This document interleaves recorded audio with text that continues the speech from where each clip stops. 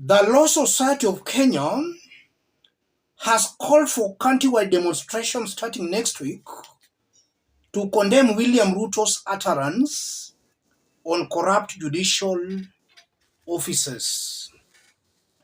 Let's have a look at the story as captured by Citizen TV Kenya. Lawyers to wear purple ribbons conduct countrywide peaceful demonstrations next week in protest against President Ruto's remarks on corrupt judicial officers, Law Society of Kenya says.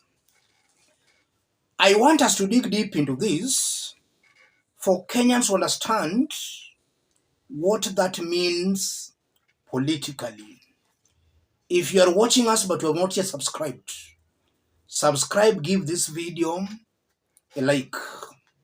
Let's proceed. Let me start by saying this. If Kenyans don't wake up early enough in good time, they will realize when it's very late that they manured and watered a dictator.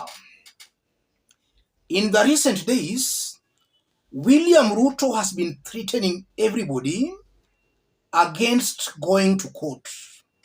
And if Kenyans give him that room to continue threatening Kenyans, then William Ruto will be the judiciary, legislature. He'll technically be everything. Anything he says will be the law.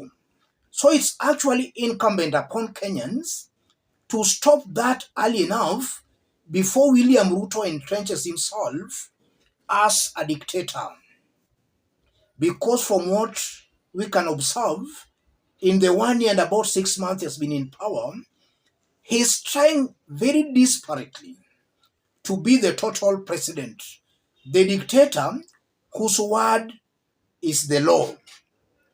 Kenyans should wake up before it's late. For those who can remember, Ruto started by saying mambo ni matatu, and at that time some Kenyans thought he was honest and genuine about fighting the sugar cartels. Mambo ni matatu, those were words aimed at sugar baron Rai. Kenyans did assume that this was a president who was out to fight the sugar cartels. But from what we have witnessed in the recent days, it's now not even Rai, but William Ruto has turned his arsenals on Kenyans. He's now even threatening Kenyans against challenging some government's decisions at the courts. And I strongly believe that's dictatorship. If Kenyans don't wake up early enough, they will have watered and manured a dictator. And now back to the remarks by the Law Society of Kenya.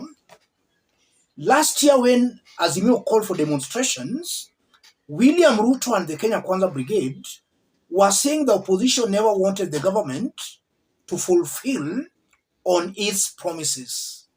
And even now, if the opposition calls for demonstrations, William Ruto will most definitely say that, you see, the opposition is sabotaging us.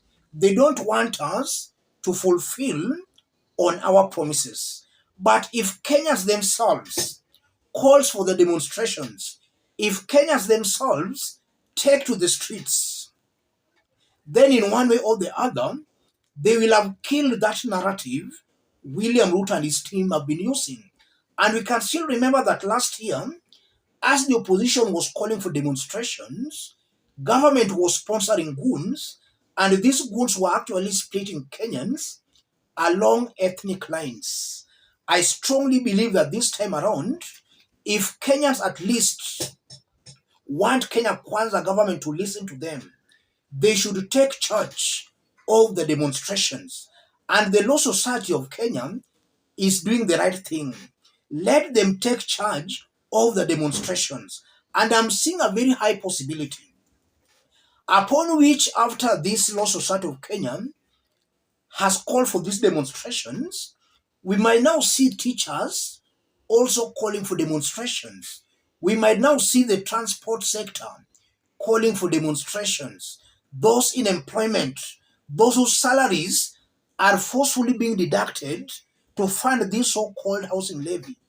If all salaried Kenyans can also take to the streets, they will send a very strong message to William Ruto that they are not happy on how his government is doing things.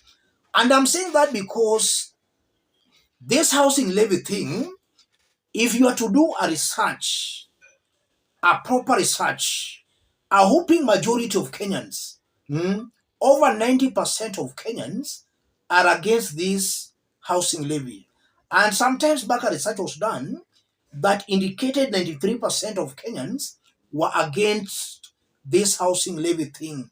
But still, William Ruto bulldozed parliament and passed that law. If Kenyans don't wake up, they are actually watering and manuring a dictator. And now, the only language that this government, this Kenya Kwanza government understands is the language of protests and demonstrations. And that is so because Ruto does not want Kenyans to go to court. The only option now, the only avenue Kenyans are now left with is to exercise their rights directly through protests and demonstrations. And all those are rights Kenyans have been given in the constitution. William Ruto should not be allowed to curtail those rights. And I've always maintained that if the situation continues, if William Ruto continues ruling the way he has been ruling, then it's almost certain and very clear he's going to face a serious rebellion from Kenyans. And it might be possible that this rebellion might just be starting next week.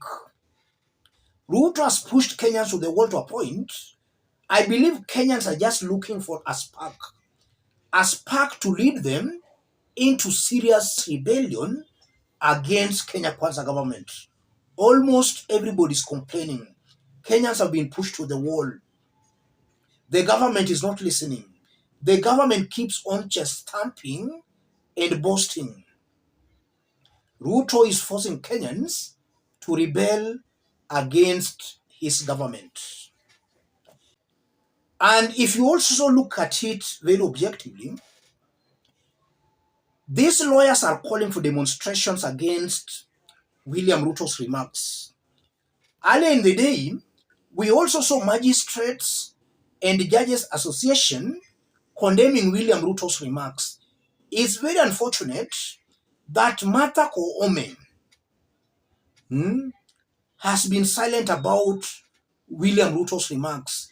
It's only after the magistrates and the Judges Association had condemned Ruto and this Law Society of Kenya had condemned William Ruto that Koome also came out to condemn William Ruto. I believe that Koome and her team are the weakest link in our judiciary. They might have condemned William Ruto as an afterthought, out of shame. The remarks or rather the condemnation by Martha Koome, we are going to dissect that in details in our subsequent video.